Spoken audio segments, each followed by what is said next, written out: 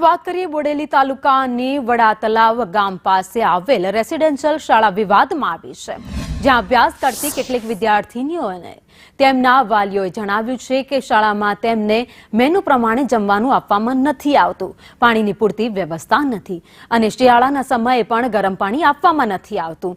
આવી તો અનેક તકલીફોની રજૂઆત બાળકોએ કરી છે, જેને લઈ વાલીઓ ભેગા થયા હતા અને શાળાએ પહોંચ્યા હતા। મળવા નથી દેતા કે મળવા જાય તો કે અમને નથી સમય એવો કે છે કે ખાલી બેસાડી જ રાખે છે બહાર, કઈ મળવાનું નથી કહેતા।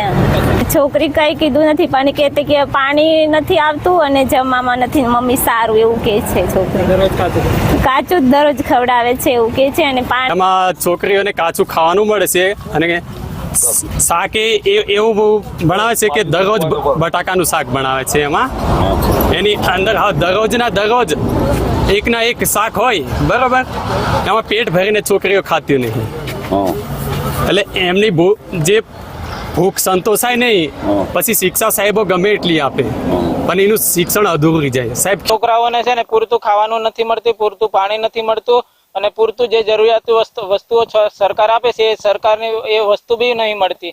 દિવાળી પહેલાના આપ્યું હતું, વર્ષમાં એકવાર 1 મહિના માટે આપ્યું હતું, ખાલી ટૂથબ્રશ આપ્યું હતું અને શેમ્પુ ને ખોપરેલ આપ્યા હતા, શેમ્પુના પાઉચ આપ્યા હતા, તે સિવાય કોઈ વસ્તુ નથી આપ્યું।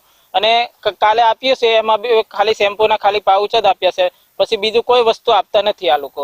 કન્યા સાક્ષરતા નિવાસી શાળા મુવાડામાં અમને પાણી પણ નથી મળતું અને પીવાનું પણ નથી મળતું અને બાથરૂમમાં પણ નથી આવતું અને ખાવામાં રોજ બટાકા ને ખીચડી ભાત કાચું હાલે।